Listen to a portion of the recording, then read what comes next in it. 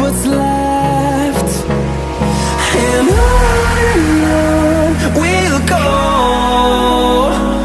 through the wastelands, through the highways, till my shadow turns to sun rays.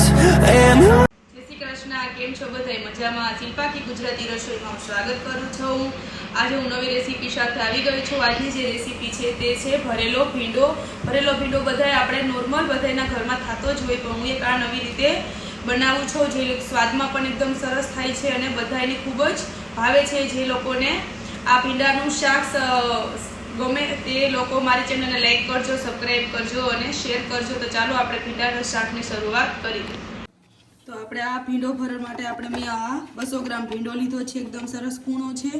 અને બીજી સામગ્રી છે જે આપણે આ સેવ છે, માંડવીનો ભૂકો છે, પછી આ પાસ્તા મસાલો છે, વઘાર માટે તેલ છે, ગરમ મસાલો, હિંગ છે, ધાણા ભાજી, આપણે ટમેટાનું આ પ્યુરી બનાવી છે, ધાણા જીરું ચટણી, મીઠું, હળદર, આખું જીરું, ચણાનો લોટ અને આ આદુ, લસણ અને મરચાંની અને જીરું નાખીને પેસ્ટ બનાવી છે. હવે આપણે ચણાનો લોટ છે તે આપણે પહેલાં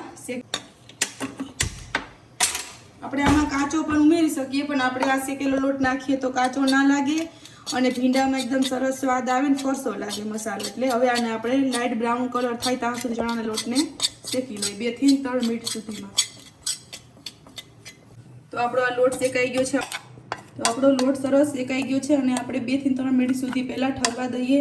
તો આપણે પછી ભીંડામાં જે ચેકા પાડવાના છે તે પાડી લઈએ. આવી રીતના આપણો કૂણો ભીંડો છે એટલે પહેલાં આપણે આવી રીતના દાંડી અને 2 બાજુથી આપણે સરખો કાપી લઈએ અને પછી આપણે અંદર ઊભા આવી રીતના ચીરા પાડવાના છે, તે પાડી લઈએ. આપણે અંદર મસાલો એડ કરવાનો છે એટલે આવી રીતના આપણે પહેલાં બધાય ભીંડા કરી લઈએ. આપણો આ ભીંડો આવી રીતના બધાયમાં આવી રીતના ઊભા ચેકા પાડી લીધા છે. હવે આપણે મસાલો બનાવી લઈએ, જેમાં આપણો આ લોટ શેકલ તૈયાર થઈ ગયો છે. હવે આપણે આમાં બીજા બધાય મસાલા એડ કરવાના છે. પહેલાં આપણે જે આ પેસ્ટ બનાવી છે લસણ, મરચું અને આદુની ત્યાંમાં ઉમેરી દઈએ. પછી આપણે આ સેવ છે તે મેં એને અધકચરી ખાંડી લીધી છે, ત્યાંમાં ઉમેરી દઈશું. સેવથી એકદમ શાક 1 ચમચી જેટલું આપણે આમાં ધાણા જીરું ઉમેરી દઈશું, 1 ચમચી જેટલી હળદર, સ્વાદ અનુસાર આપણે આમાં નિમક એડ કરી દઈશું, 1 ચમચી જેટલો અડધી ચમચી જેટલો આપણે ગરમ મસાલો અને આપણે આ મોટી ચમચી 1 ચટણીનું ઉમેરી દઈશું.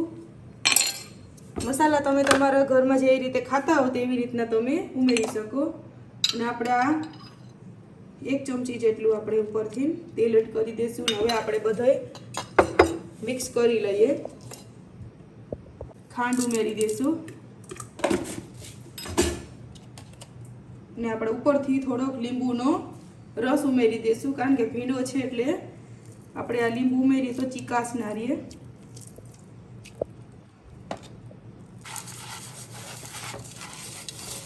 એકદમ સરસ હલાવી લેવાનું, જેથી બધા મસાલામાં એકદમ સરખા ભેરવાઈ જાય. મસાલો રેડી છે. હવે આપણે ઉપરથી બધી ધાણા ભાજી ઉમેરી દઈશું.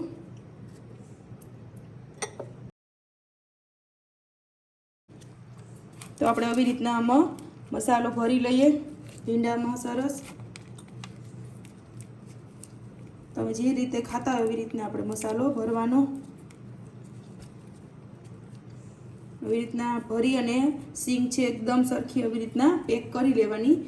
તો આપણો આ ભીંડો સરસ બધો ભરાઈ ગયો છે. હવે આપણે આને બાફવાનો છે. તો પહેલાં આપણે ગેસ ચાલુ કરી દઈએ અને આ આપણે ઢોકળીમાં બાફવાનું છે, એટલે આમાં મેં પાણી મૂકી દીધું છે. હવે આપણે આ જારીમાં બધો ભીંડો ગોઠવી લઈએ. આપણે ડાયરેક્ટ પણ વઘારી શકીએ એવી રીતના ભીંડો ભરીને, પણ આપણે વરાળમાં બાફીને વઘારીએ એટલે એકદમ સરસ સ્વાદમાં થાય છે અને એક નવીન જ વેરાયટી બને છે. તમે પણ ચોક્કસ ટ્રાય કરજો. કેવો બન્યો તે જરૂરથી કોમેન્ટ બોક્સમાં કહેજો. આ રીતે આપણે પહેલાં બધો ભીંડો આમાં ગોઠવી લઈએ. હવે આપણો બધો એવી રીતના ભીંડો ગોઠવાઈ ગયો છે અને આપણે 5 થી 7 મિનિટ સુધી ગરમ પાણીમાં જ વરાળમાં બફાવા દઈએ. તો આપણે આ 7 થી 8 મિનિટ થઈ ગયું છે. આપણે જોઈ લઈએ ભીંડો આપણો પાકી ગયો છે.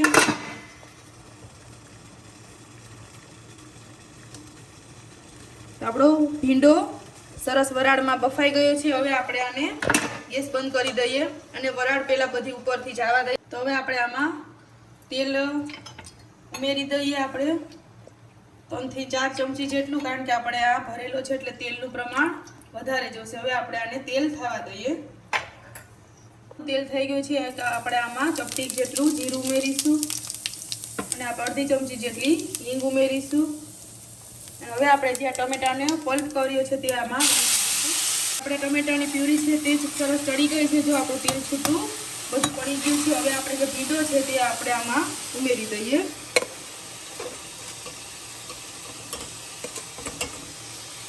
આવી રીતના આપણે બધો ભીંડો ઉમેરી દઈએ. હવે આપણે આમાં બધો ભીંડો ઉમેરી દીધો છે. હવે આને 1-2 મિનિટ સુધી પહેલાં આમાં ચડવા દઈએ, જેથી બધો મસાલો સરખો ભળી જાય અને તેલ પણ બધા ભીંડામાં સરસ ચડી જાય. ભરેલો ભીંડો બનીને રેડી થઈ ગયો છે. આપણે ઉપરથી થોડો ગરમ મસાલો એડ કરીશું. બીજી આપણે જે ધાણા ભાજી છે તે એડ કરીશું. જે લોકોને આ ભીંડો ભરેલો પસંદ આવે તે મારી ચેનલને લાઈક કરજો, સબસ્ક્રાઈબ કરજો, શેર કરજો, બેલ આઇકન દબાવવાનું ના ભૂલતા, જેથી તમને મારી નવી રેસીપી જોવા મળે. તો એક બીજી રેસીપી સાથે મળશું. ત્યાં સુધી બધાય આવજો.